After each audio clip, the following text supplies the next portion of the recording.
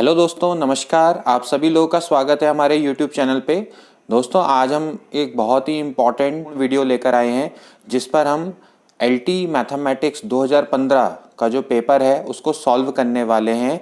और यह जो वीडियो है बहुत ही इंटरेस्टिंग होने वाला है, क्योंकि कई सारे लोगों के मुझे पर्सनली मैसेज आते थे कि सर आप LT मैथ्स का पेपर एक बार सॉल्व करा दीजिए।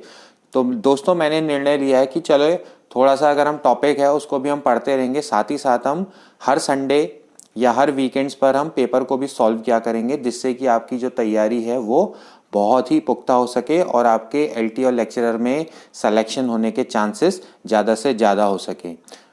तो इसी क्रम में चलिए वीडियो को स्टार्ट करते हैं। तो दोस्तों, आप ये देख सकते हैं मेरे हाथ में इस समय LT 2015 का पेपर है। इसको UBTR द्वारा आयोजित किया गया था और ये इसका D सेट है। ओके, और इस पेपर में हम लोग जो भौतिकी विज्ञान तथा गणित, आप देख सकते हैं भौतिकी विज्ञान तथा गणित, इससे संबंधित जो प्रश्न है 101 से 200 तक जो कि फिजिक्स और मैथमेटिक्स के आए हैं, इनको हम सॉल्व करेंगे। तो इसमें हमारी 1 से 2 वीडियो हमारी बनेगी या उससे ज़्यादा भी वीडियो बन सकती है। तो देखते हैं हम कितने क्वेश्चन इसमें सॉल्व कर सकते हैं। लेकिन ये सारे के सारे क्वेश्चन बड़े इंपॉर्टेंट हैं, कहीं ना कहीं ये और कई एग्जामों में भी ये क्या होते हैं, रिपीट हो जाते हैं। ओके, तो चलिए हम वीडियो को स्टार्ट करते हैं।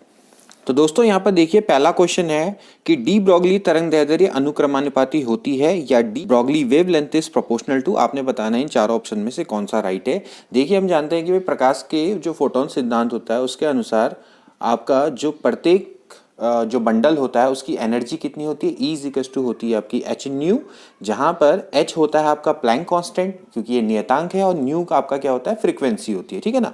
या फिर हम इसको ऐसे भी लिख सकते हैं, h न्यू की जगह पर हम लिख सकते हैं c अपॉन लैम्डा। c का मतलब है जहां प्रकाश का वेग और लैम्डा उसकी तरंग दैर्ध्य। लेकिन एट द सेम टाइम हम जानते हैं कि भाई जो आइंस्टाइन का नियम है, आइंस्टाइन का नियम कहता है E बराबर आपका mc स्क्वायर, अगेन m आपका द्रव्यमान है और c आपकी क्या है, आपका प्रकाश की गति है। ठीक है ना। तो यहां पर से अगर हम दोनों को कंपेयर करें तो mc स्क्वायर को बराबर हम लिख देंगे sc अपॉन लैम्डा। सो c से देखिए c कट जाएगा और लैम्डा इज इक्वल टू आ जाएगा h अपॉन mc। ओके, लेकिन अगर हम प्रकाश के वेग की बात ना करें, देखिए हमको पता है कि भाई प्रकाश का वेग तो आपका हाईएस्ट होता है। उसके बदले अगर हम साधारण वेग से अगर मैं इसको कंपेयर या इसको चेंज कर दूं तो it will become h upon mv, जहां पर m इंटू वी आप जानते हैं मास इंटू वेलोसिटी यानी द्रव्यमान गुणा वेग, इसी को हम क्या बोलते हैं, संवेग बोलते हैं। ठीक है ना। तो इसको हम क्या कर सकते हैं, लैम्डा इज इक्वल टू आपका कितना हो जाएगा, h अपॉन p। क्योंकि h आपका एक नियतांक है यानी कांस्टेंट है, तो lambda is proportional to 1 upon p। Okay, तो यानी जो तरंग दैर्ध्य है वो आपका संवेग है उसके व्युत्क्रमानुपाती होती है डी ब्रॉगली के अनुसार। तो हम कह सकते हैं कि वे lambda is proportional to 1 upon p। Okay, तो इसका ऑप्शन नंबर सी राइट है।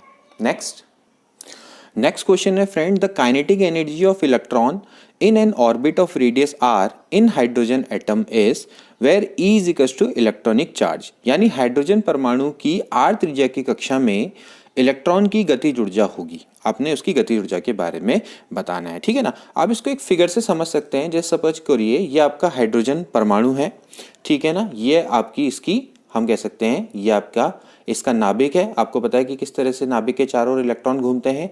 और लेट्स सपोज करो ये आपकी इसकी क्या है, रेडियस है। ठीक है ना।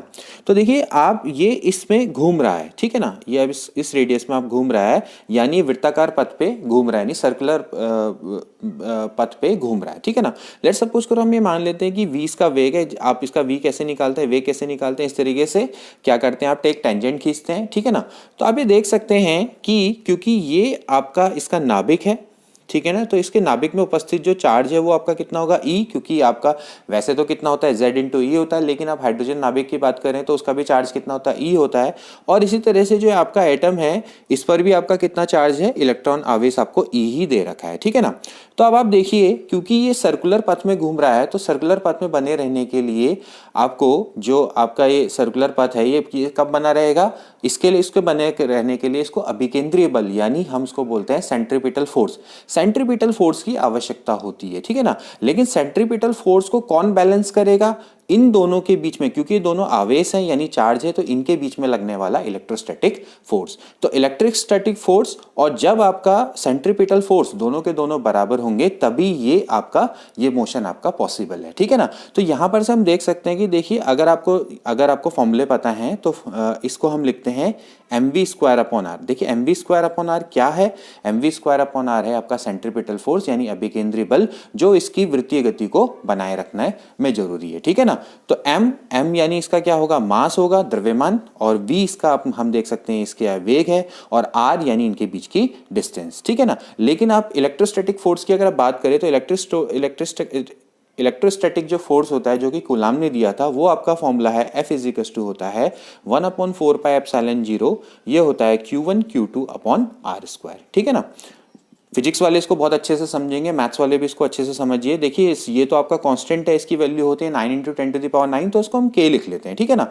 और जहां Q1 × Q2 है यानी जो दोनों चार्ज हैं इस समय पे सेम है, तो ये क्या हो जाएगा E square upon R square. यहाँ पर Q1 और Q2 ये भी E है और ये भी E है, ठीक है ना। तो इन दोनों के बीच में लगने वाला आपका जो इलेक्ट्रोस्टैटिक फोर्स है, ओके, अगर ये दोनों पॉजिटिव होंगे तो ये जो फोर्स होगा ये आपका रिपल्सिव फोर्स होगा। अगर ये दोनों अपोजिट है यानी एक पॉजिटिव और एक अगर नेगेटिव है तो ये अट्रैक्टिव फोर्स होता है, ठीक है ना। तो ये दोनों आपस में एक दूसरे को बैलेंस करेंगे तो K बराबर K इंटू ये हो जाएगा E square upon R square, okay. आप इसको ध्यान में रखिए कि आपका ये घूम रहा है तो ये किस में घूम रहा है, अभिकेंद्रीय बल के कारण घूम रहा है यानी सेंट्रीपिटल फोर्स के कारण घूम रहा है, और इन दोनों के बीच में जो लगने वाला फोर्स है वो आपका क्या है, इलेक्ट्रोस्टैटिक फोर्स है। तो ये दोनों आपस में एक दूसरे को क्या कर रहे हैं, बैलेंस कर रहे हैं, ठीक है ना। तो यानी ये आपका क्या है, सेंट्रीपिटल फोर्स है और ये आपका इलेक्ट्रोस्टैटिक फोर्स है, ठीक। तो यहां पर से देखिए हमारे पास क्या आ जाएगा, यहां पर से आ जाएगा mv square is equal to हो जाएगा, देखिए r से r कट गया तो जाएगा k e square upon r, okay. हमें निकालना क्या है, हमें भाई निकालना है कि गतिज ऊर्जा क्या होगी। देखिए गतिज ऊर्जा का क्या फॉर्मूला होता है, यानी काइनेटिक एनर्जी का क्या फॉर्मूला होता है, ये होता है हाफ mv स्क्वायर। फिजिक्स वाले अच्छे से समझेंगे, मैथ्स वाले को भी आना चाहिए। तो यहाँ पर से देखिए क्या हो जाएगा, mv स्क्वायर की वैल्यू हमें मिल चुकी है तो हो जाएगा half k e square upon यहाँ पर हो जाएगा देखिए r, ओके। तो ये हो जाएगा भाई k e square upon 2r, ठीक है ना। तो यानी अगर मैं k को हटा दूं कुछ देर के लिए क्योंकि ये कांस्टेंट है, तो we can say that ke यानी kinetic energy is proportional to e square upon 2r। तो e स्क्वायर अपॉन 2r यानी ऑप्शन बी इसका राइट है, ओके। आप इसको एक तरीके से और भी कर सकते हैं जो कि काफी अच्छा फॉर्मूला है। देखिए अगर मैं बात करूं, आपको बस एक फॉर्मूला याद करना है। देखिए हम बात करें पोटेंशियल एनर्जी की, देखिए पोटेंशियल एनर्जी का जो फॉर्मूला होता है वो होता है आपका, हम इसको कह सकते हैं minus E square upon R, okay, in case of hydrogen atom, ठीक है। ये आपका होता है minus E square upon, sorry इसकी वैल्यू आर, ठीक है ना। और जो आपका काइनेटिक एनर्जी का फॉर्मूला होता है ये होता है हाफ मॉड ऑफ पी, ठीक है ना। और ये सारा चलता है सीजीएस सिस्टम पे, ठीक है ना। तो यहां पर से देखिए क्या हो जाएगा, ये हो जाएगा हाफ, इसका अगर आप मॉड ले लेंगे तो क्या हो जाएगा, पॉजिटिव हो जाएगा अपॉन आर, तो ये हो जाएगा भाई ई स्क्वायर अपॉन 2r, जो कि बहुत इजी है, ठीक। तो आप इस मेथड से भी इसको कर सकते हैं, ठीक। अब बढ़ते हैं नेक्स्ट क्वेश्चन की ओर। नेक्स्ट क्वेश्चन दोस्तों, Li7 नाभिक और Fe56 नाभिक की त्रिज्या का अनुपात क्या होगा, ठीक है। बड़ा अच्छा क्वेश्चन है और इंपॉर्टेंट क्वेश्चन भी है। तो देखिए सबसे पहले हमें निकालना है कि भाई Li7 और 56 नाभिक की त्रिज्या का अनुपात क्या होगा, यानी आपको इनकी रेडियस को निकालना है, ठीक है ना। तो आप एक देखिए इनकी जो रेडियस निकालने का फॉर्मूला होता है बहुत इजी है, r बराबर होता है r0 a की पावर 1/3, बहुत सिंपल है, ठीक है ना। जहां पर a की वैल्यू क्या होती है, it is nothing but a mass number, ठीक है ना। और r0 आपका एक क्या है, कांस्टेंट है जिसकी वैल्यू 1.3 के अराउंड पे होती है, ठीक है ना। तो यहां पर से देखिए सपोज करो Li की जो रेडियस है वो आपकी r1 है, तो r1 बराबर क्या हो जाएगा, r0 a1 की पावर 1/3, और ये इसकी सपोज करो Fe की जो रेडियस है वो आपकी r2 है, r2 बराबर हो जाएगा r0 a2 की पावर हो जाएगा 1/3, ठीक है ना। तो अगर मैं इन दोनों को डिवाइड कर दूं, 1 और 2 को डिवाइड कर दूं तो ये बन जाएगा भाई r1 अपॉन r2, देखिए r0 a1 की पावर 1/3 अपॉन r0 a2 की पावर 1/3। तो r0 से r0 कैंसल्ड आउट हो जाएगा, ये हो जाएगा r1 अपॉन r2 बराबर, ये इसको हम ऐसा लिख सकते हैं a1 अपॉन a2 की पावर 1/3। नाउ a1 देखिए अब इसका मास नंबर है 7 और इसका मास नंबर है 56 की पावर हो जाएगा कितना, 1/3। ठीक है, यहाँ पर तक आपको शायद कोई डाउट नहीं होना चाहिए। तो 7 8 जा होता है 56, तो ये हो जाएगा भाई 1/8 की पावर 1/3, दैट विल बी 1/2। तो R1/R2 बराबर आपका कितना आ जाएगा 1/2। It simply means that R1 ratio R2 बराबर है 1:2। ओके, तो इन दोनों का जो रेशियो होगा, इन दोनों की त्रिज्याओं का जो अनुपात होगा वो 1:2 होगा। तो ऑप्शन ए जो है इसका राइट है। ओके, तो नेक्स्ट क्वेश्चन हमारे सामने है। आपके सामने एक फिगर है जो कि आपको स्क्रीन में दिख रहा होगा।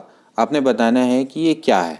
ठीक, ये आपका ई और यहाँ पर है बी, और ये एक्चुअली ये आपका दिख रहा है सी। तो देखिए ये कुछ नहीं है, ये एक ट्रांजिस्टर है। ठीक, ट्रांजिस्टर में आपका ये जो साइन है, ये साइन आपका अगर ई की ओर को जा रहा है, ई फॉर होता है एमीटर, और ये जो बी है sign for base, and C for होता है कलेक्टर। ठीक है ना। तो ये अगर साइन इधर की ओर को है तो ये आपका क्या होता है, एनपीएन ट्रांजिस्टर होता है। ठीक है, इसको ध्यान में रखेंगे, एनपीएन ट्रांजिस्टर होता है। एनपीएन ट्रांजिस्टर में आपके दो एन टाइप सेमीकंडक्टर होते हैं। ठीक है ना, और एक आपका क्या होता है, पी सेमीकंडक्टर होता है। यानी एक पी टाइप होता है और दो एन टाइप सेमीकंडक्टर होते हैं। ठीक है ना, यहाँ पर बीच में बेस होता है। ठीक, तो इसमें सबसे इंपॉर्टेंट चीज क्या है कि जो आपका ये जो एरो है, एरो का जो साइन है वो ई की ओर को है। तो इस चीज को आप ध्यान में रखेंगे। अगर एरो का साइन नीचे होता है तो क्या होता है, पीएनपी होता है। ठीक है ना, तो हम इसको एक तरीके से भी कह सकते हैं कि आपके दो दो आपके हम कह सकते हैं कि पीएन संधि जो डायोड है या पीएन जंक्शन जो डायोड है उनसे मिलकर ये बना हुआ है। ठीक है ना, तो इसको आप ध्यान में रखेंगे। बहुत सिंपल सा फैक्चुअल सा क्वेश्चन है। अगर जिन्होंने जो फिजिक्स वाले उनके लिए तो बहुत ही ईजी क्वेश्चन है। श्रेणी 27 + 9 + 5 होल 2/5 प्लस होल 6/7 प्लस का आपको बताना है कि नौवां यानी 9th जो टर्म है वो क्या होगा। ओके, इसका 9th पद। ठीक है ना, यानी इसका 9वां पद क्या होगा। ठीक, तो सबसे पहले हमें दोस्तों ये देखना पड़ेगा कि जो सीरीज है ये आपकी किस टाइप की सीरीज है। ओके, ये आपकी एपी है, जीपी है या एचपी है, क्या है। ठीक, तो सबसे पहले अगर आप इसको ध्यान में देखें तो मैं एक काम करता हूं। सबसे पहले मैं इसको 27 है, इसको मैं लिख लेता हूँ 9 प्लस। देखिए इसको मैं पहले थोड़ा सा सॉल्व कर लेता हूँ। 5 5 जा होता है 25, ये फिर से आपका आ जाएगा 27/5। फिर हो जाता है 7 या 21, 21 6 भी आपका होता है 27/7।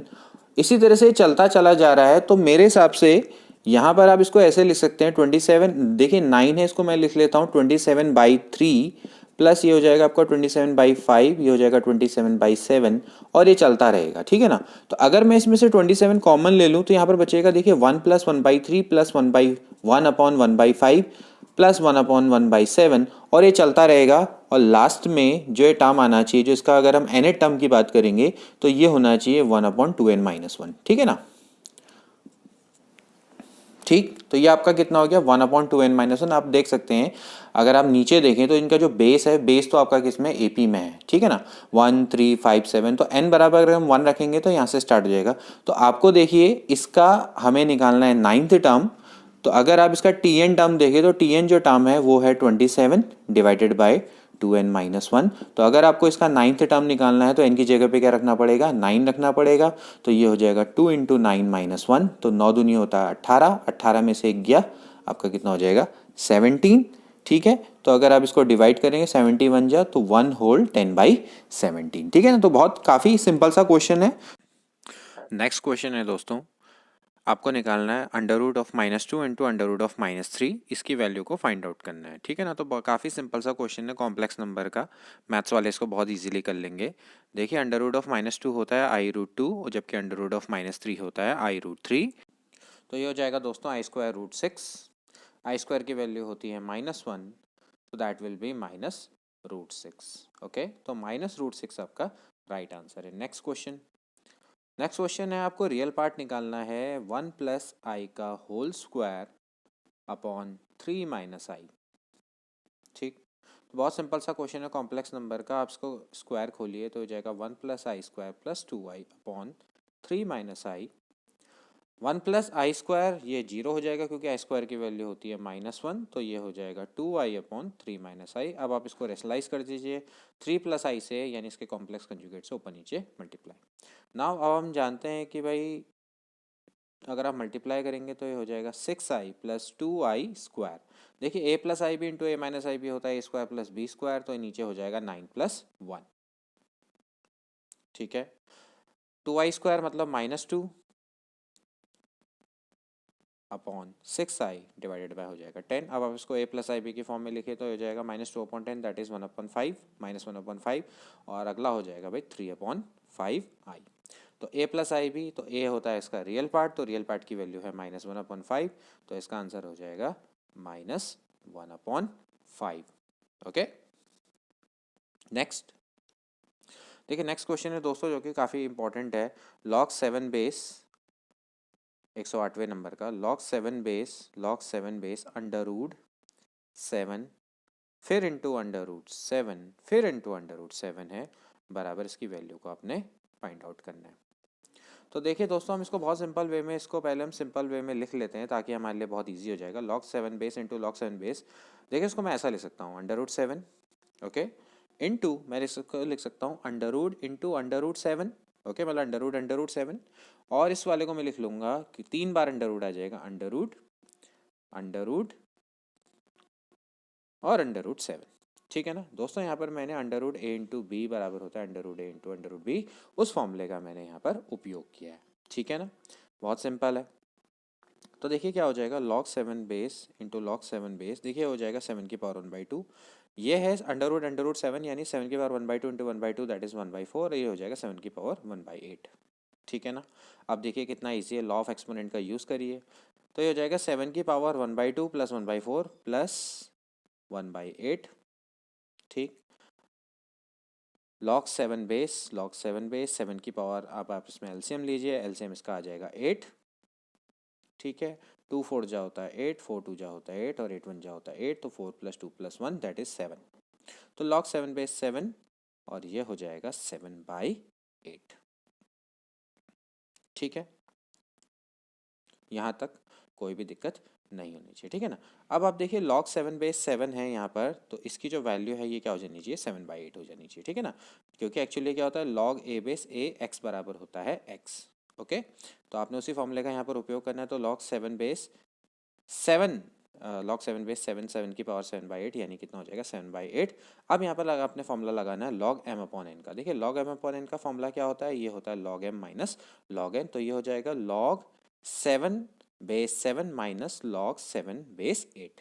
ठीक है ना, यहाँ पर आपने log m minus log n का फॉर्मूले का उपयोग किया है। ठीक है, तो यहाँ पर से देखिए अब आप इसको इस तरह से लिख सकते हैं, ये हो जाएगा, देखिए log 7 बेस 7 होता है 1 और log 7 बेस 8, यानी इसको आप लिख सकते हैं 2 की पावर 3।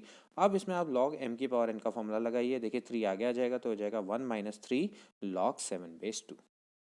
ओके, तो इस तरीके से देखा जाए तो आपका जो ऑप्शन नंबर सी है वो राइट है, 1 माइनस 3 log 7 बेस 2।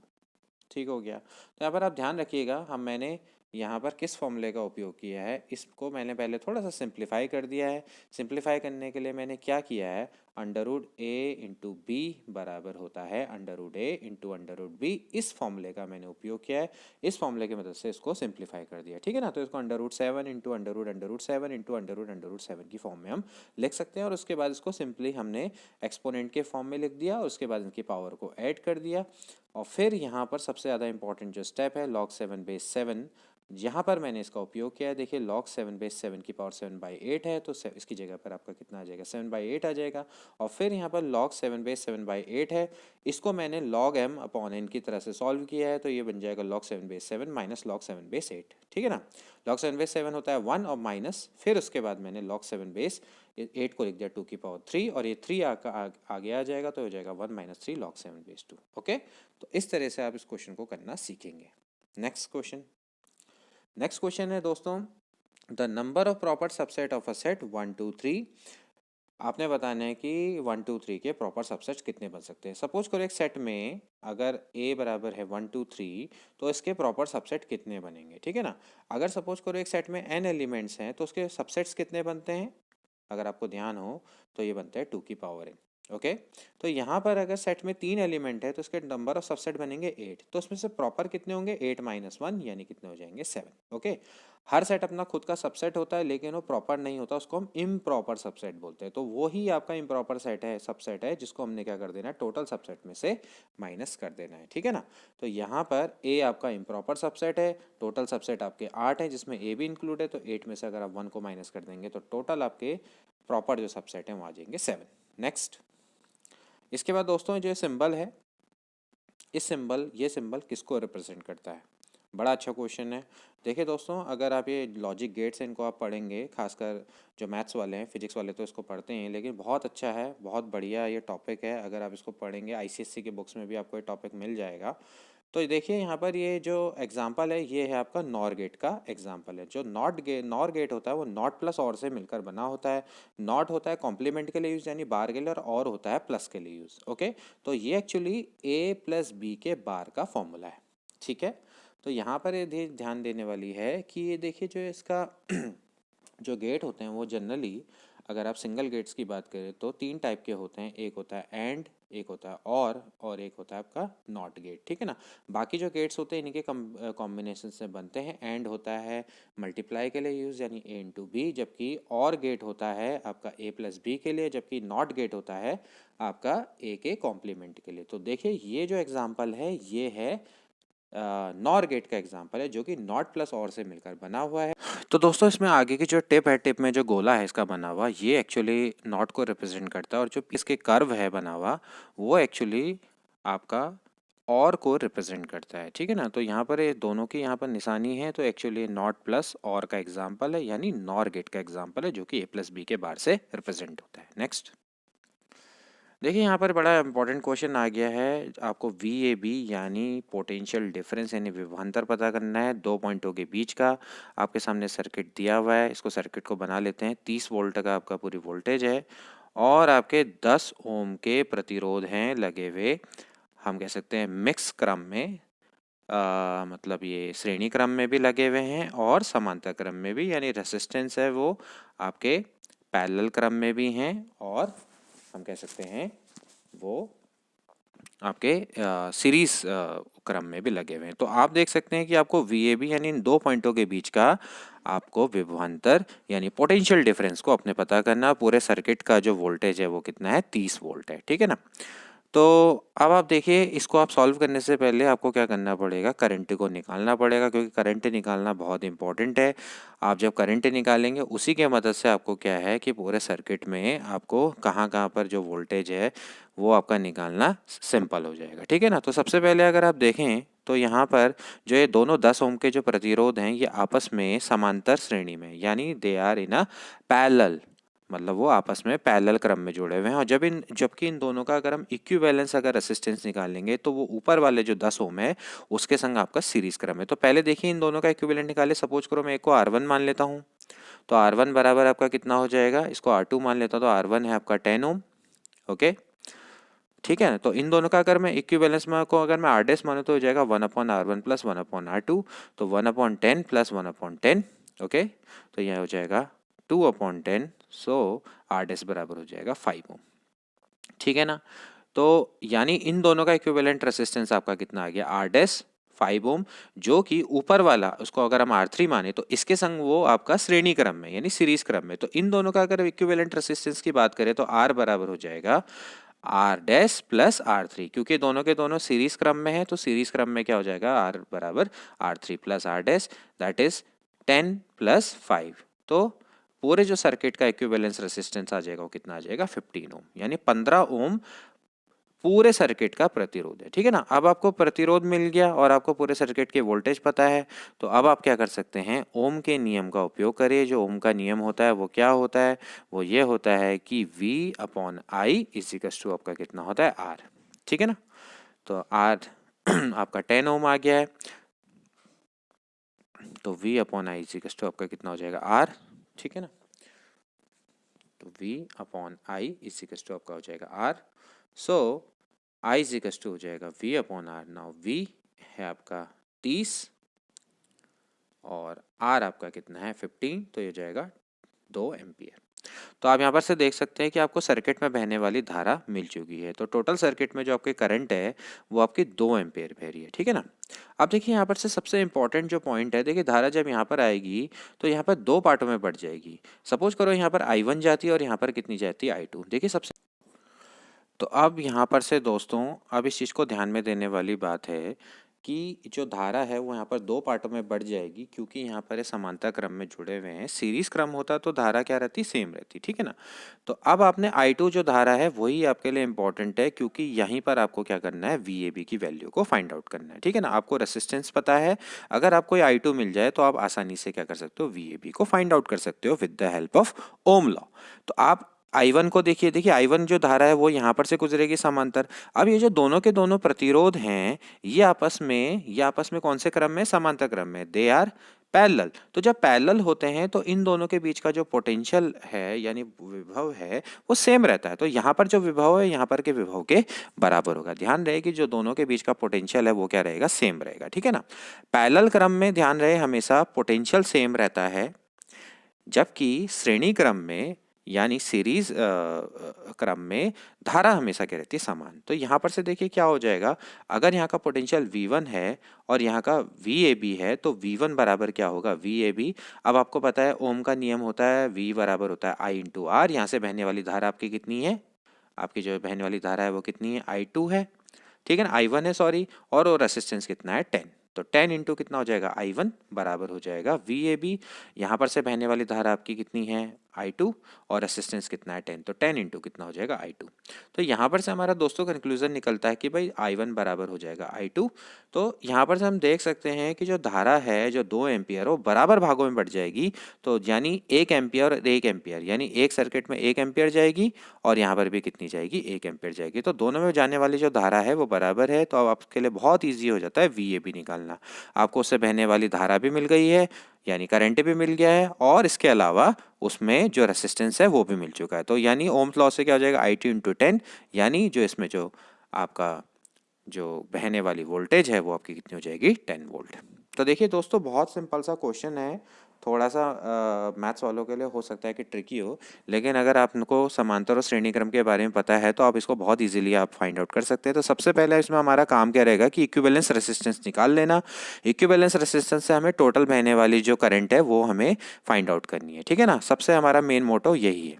तो अगर आप टोटल करंट निकाल लेंगे तो उसके बाद आप क्या करेंगे, जो 2 एम्पेयर की जो करंट है वो अगर आप देख सकते हैं यहाँ से जब जाएगी तो 2 पार्टों में डिवाइड हो जाएगी। क्यों हो जाएगी 2 पार्टों में डिवाइड, क्योंकि अगर ये सीरीज क्रम होता तो सीरीज में आपकी धारा सेम रहती, लेकिन क्योंकि ये आपका समांतर क्रम है तो धारा 2 पार्टों में हमेशा क्या हो जाती है, डिवाइड। तो एक में जाएगी I1, दूसरे में जाएगी I2। लेकिन क्योंकि ये जो आपके पोटेंशियल हैं ये आपके पैरेलल क्रम में जुड़े हुए हैं, तो लेकिन पैरेलल क्रम में जब जुड़े रहते हैं तो पोटेंशियल हमेशा क्या रहता है, सेम रहता है, ठीक है ना। तो यहाँ पर से पोटेंशियल अगर सेम है और इनका रेसिस्टेंस भी अगर सेम है तो भाई धारा भी आपकी जो इससे गुजरने वाली करंट है वो दोनों भी क्या होनी चाहिए, सेम होनी चाहिए। तो I1 बराबर क्या हो जाएगा, I2। तो I1 बराबर अगर I2 हो गया तो इसका मतलब 1 एम्पेयर की धारा बह रही है, 1 एम्पेयर की धारा यहाँ से भी बह रही है और 1 एम्पेयर की धारा वहाँ से भी बह रही है, यानी दोनों का करंट आपका क्या है, सेम है। तो अगर आपको करंट मिल गया और आपको रेसिस्टेंस मिल गया तो आप आसानी से VAB यानी उन दोनों के बीच का पोटेंशियल डिफरेंस निकाल सकते हैं। नेक्स्ट क्वेश्चन है दोस्तों, एक सिग्नल की सैम्पलिंग दर 8 किलो हर्ट्ज है एवं 16 क्वांटीकृत स्तर यानी क्वांटिसेशन लेवल्स प्रयुक्त होते हैं, इस सिग्नल के बिट दर है, ठीक। काफी इजी सा क्वेश्चन है। आपको दे रखा है the bit rate of a signal which has a sampling rate of 8 kilo hertz and where 16 quantisation level have been used is. आपको बिट रेट के बारे में बताना है, ठीक है ना। इसके लिए बहुत सिंपल है। लेट सपोज करो मैं मानता हूं n बराबर है द नंबर ऑफ बिट्स पर सेकेंड, ठीक है ना। लेट n बराबर है नंबर ऑफ बिट्स पर सेकेंड, ठीक। तो नंबर ऑफ बिट्स पर सेकेंड अगर ये है तो आपके जो क्वांटिसेशन लेवल है उसका जो फॉर्मूला होता है ये होता है 2 की पावर n, ओके। तो n जहां पर n होता है नंबर ऑफ बिट्स पर सेकेंड, तो 2 की पावर n क्या होता है, नंबर ऑफ क्वांटिसेशन लेवल होते हैं। तो क्वांटिसेशन लेवल यहाँ पर आपका दे रखे 16, तो ये हो जाएगा देखिए 2 की पावर 4। तो n बराबर आपका कितना आ जाएगा, 4, ठीक है ना।